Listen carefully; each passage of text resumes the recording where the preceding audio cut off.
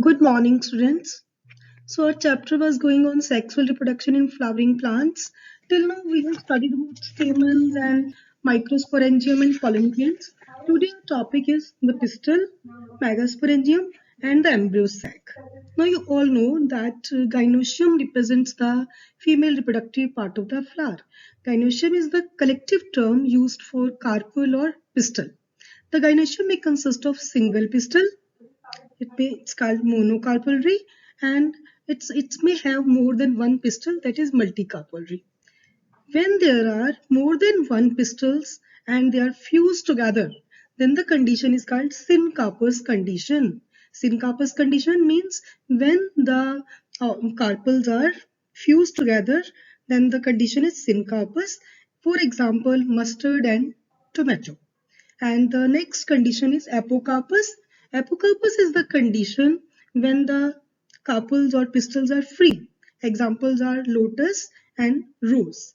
Each pistil has three parts, as in the diagram it's visible that upper part is stigma, then a long tube-like part is called style, and the lower basal swollen part of the pistil is called ovary, which is present on the thalamus part of the flower.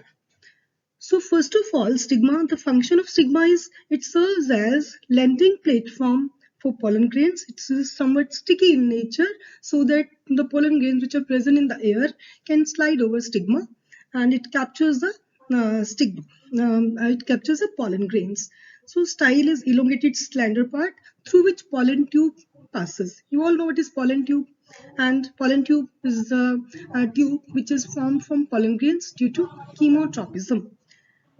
The next part is basal part, which is ovary, which is bulged part, and inside the ovary is the ovarian cavity, which is called locule, and there's a cushion-like structure.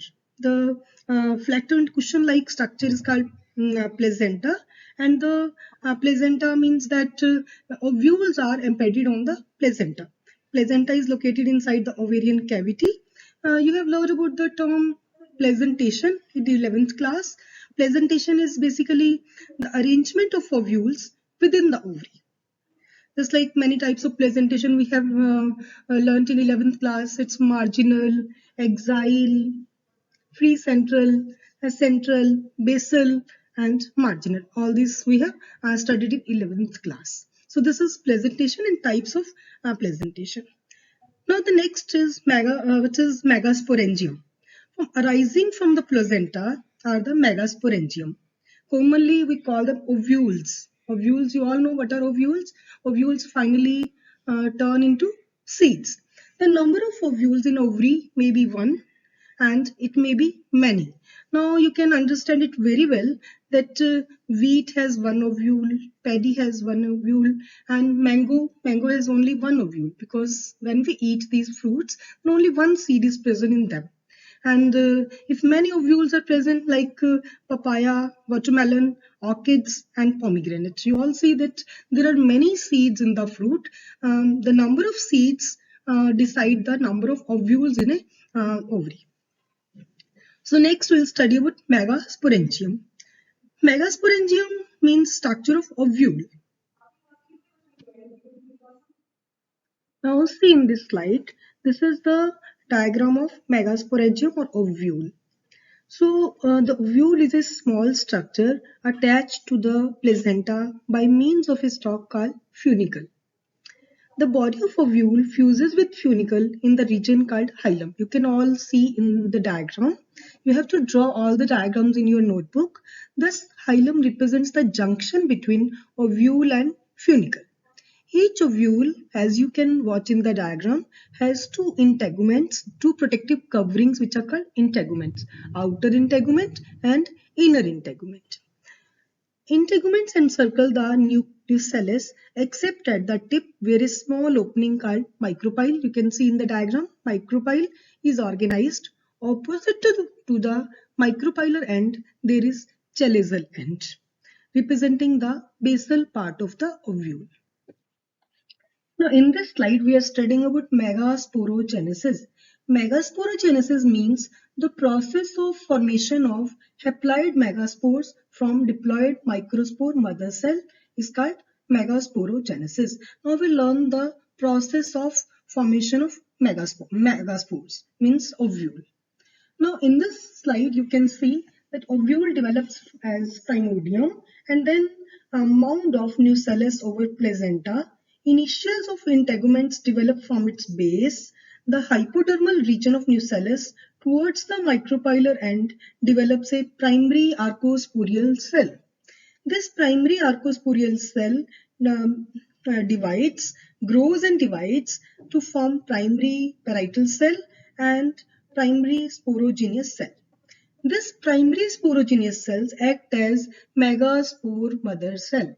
Megaspore mother cell now divides through meiosis and forms a tetrad of 4 haploid megaspores. It means that microspore mother cell is formed from primary sporogenous cell. Primary sporogenous cells divides by meiosis and divides into 4 cells. You all know meiosis is a reductional division in which from one cell 4 haploid cells are formed. So this is how this 4 tetrad megaspores are formed. Now from this 4 tetrad megaspores, three megaspores degenerate and one remains the functional. And the functional, which megaspore remains functional? Which is present towards the chaliceal end. Now you can see in this diagram that one megaspore which is present in B part lower diagram, you can say that one megaspore which is present that divides mitotically. Mitotically means that nucleus divides, but it is not followed by cytokinesis. Means karyokinesis, division of nucleus, is not followed by cytokinesis. So first cell 2 nucleus, then you can see 4 nucleus are formed and then 8 nucleus are formed. Now in this slide you can see after the 8 nucleate stage, cell walls are laid down by cell wall formation and it's going to form female gametophyte or embryo sac. Now observe the distribution of cells inside the embryo sac. Now first 3 antipodal cells are present. The large central cell which is present inside the 2 polar nuclei are present, and at the micropylar end 2 synergids and 1 egg apparatus is present. Egg apparatus, you all know, act as a ovum, egg to which male gamete unites, and synergids, the function of synergids is out of 2 synergids only 1 synergid functions and it is required for receiving the pollen tube. Pollen tube को receive करने के लिए इसका काम होता है. Antipodal cells finally degenerate.